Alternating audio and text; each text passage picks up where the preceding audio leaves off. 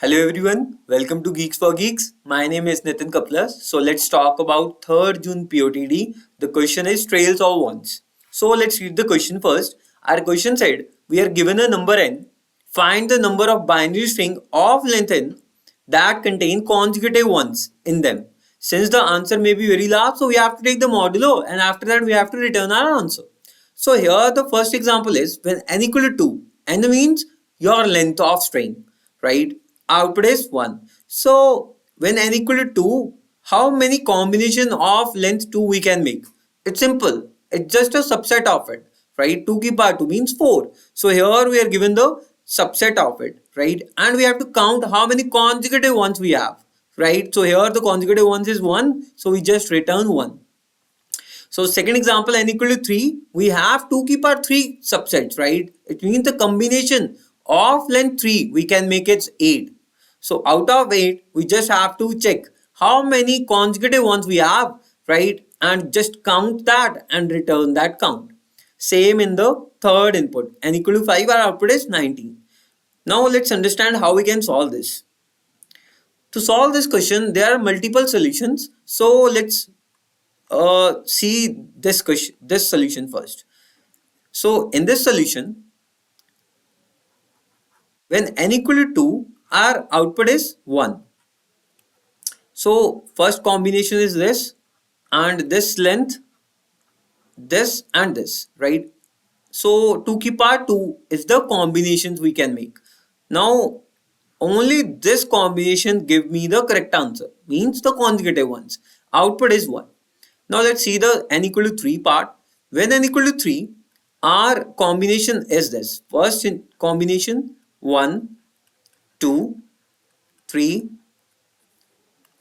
4, 5, 6, 7. So let's count it.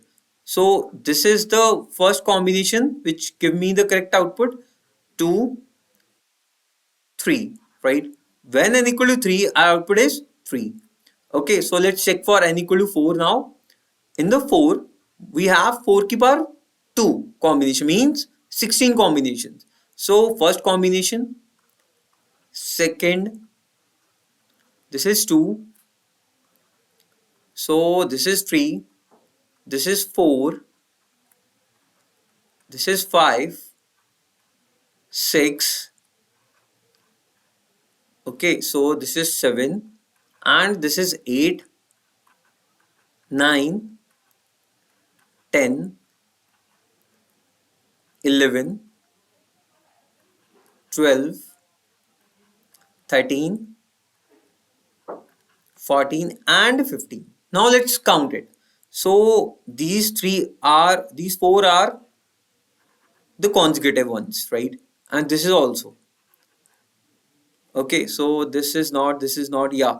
These two are also. And this is also. Now let's count it. 4, 5, 6, 7, 8. So it means its output is 8. Now let's check the manually also. It's correct or not. When n equal to 4, I want my answer is 8. So let's check. Yeah, it's 8. So when n equal to 5, we are given in the example input, it's 90. Now let's check for when n equal to 6. Let's check with the help of custom input. When n equal to 6, my output is, okay, so it's 43. It's 43, right? Now my when n equal to 7, let's check this also. When n is 7,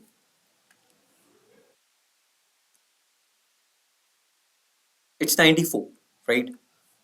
It's 94. So let me write here. Okay, so here let me write here.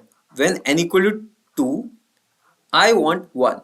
When n equal to 3, my answer is 3.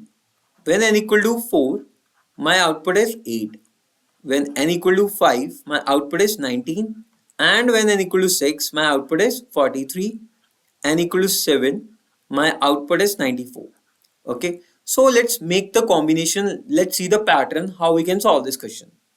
Now, my output is 1, right? I want 3 with the help of previous value, previous answer. So, how you can make? Your previous answer is 1. I want 3. If I multiply by 2 and after multiply by 2, my output is 2, but I want 3. So, let me add 1 into it, right? Now, let's make n equal to 4, answer is 8 with the help of previous value, previous answer. Your previous answer is 3. Let me multiply by 2. Now, my after multiplying it's 6. I want 8. So, let me add 2 into it. So, here 8 into 2, I want 19. It means we have to add 3. If you see here, 19 into 2 plus how much we have to add? To make 43, it's 5, right? So if you see this part into 2 plus 8, it makes 94, right? So the 2 is the common part, right? Always we have to multiply by 2 to calculate the current value from the previous value, but here it's a variable. So if you guess this part, this is 1, this is 2. If I am unequal to 5, I want 3. Just add the previous two values, right? 1 plus 2 is 3. Now when I am equal to 6, I want 5. Just add the previous two value now. 2 plus 3, which is 5. When n equal to 7, I want 8. Just add the previous two value, right? So let's fulfill this also. When n equal to 1. When n equal to 1, I want my answer 1, right? So how I can make? I just multiply 0 into, okay, so 0 into 2 plus 1, right? Okay. Now when my answer n equal to 1, my output is 0, right? Because it's not consecutive if my length is 1, right? So I want 0. So what I'm doing is 0 into 2 plus 0, right? Now if you see, so in my code, what I'm doing is if my output n equal to 2, I just return that output, right? As the base case, which is 1. Now, now I start my input from for loop from I equal to 3, right? Up to n. This loop will run. Now inside this, what we have to do is, so when I am here, I have my answer 1, right? I want my previous answer when I am calculating for n equal to 3, right? And I also want the previous two value where this is a which is 0 and this is b, right? So what I'm doing is I have a, let me write here a is 0 and b is 1, right? And here I am written c also. So here what I am doing is first my step is calculate the c value which is a plus b. After that what I am doing is I simply multiply my answer and add c into it, right? It means when n equal to 3 your answer is stored in answer variable, right? When you move forward n equal to 4, so you have the previous value which is 3 right now and it's a constant 2, you can multiply by 2 but you need 2, so that's why we have to update my a value which is b. Please come one step below, right? And b equals to c. So this is a simple intuition to solve this question, right? I hope you understand this. So let's code this, right? So the first step is if my n equal to 2, I am written here the output is 1 in this case, right? So why we are written n equal to 2? Why not n equal to 1 or 0? So if you see the constraint, it's given n smallest value of n is 2, right?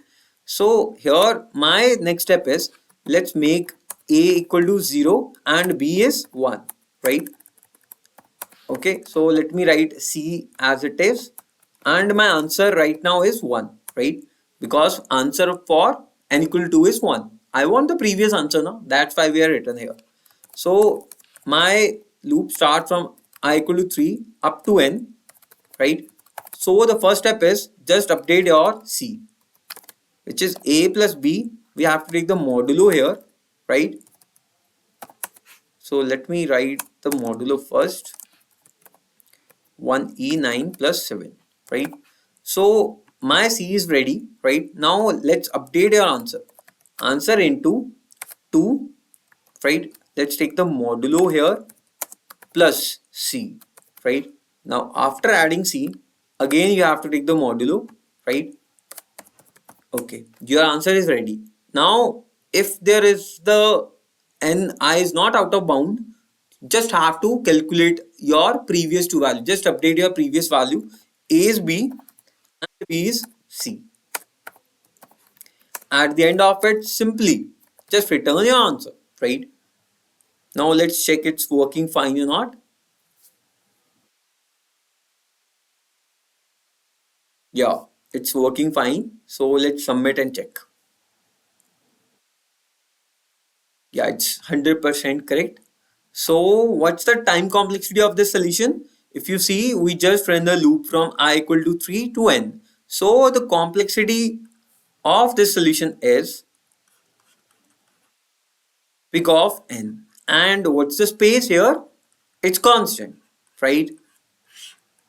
I hope you understand the solution and intuition. Thank you so much.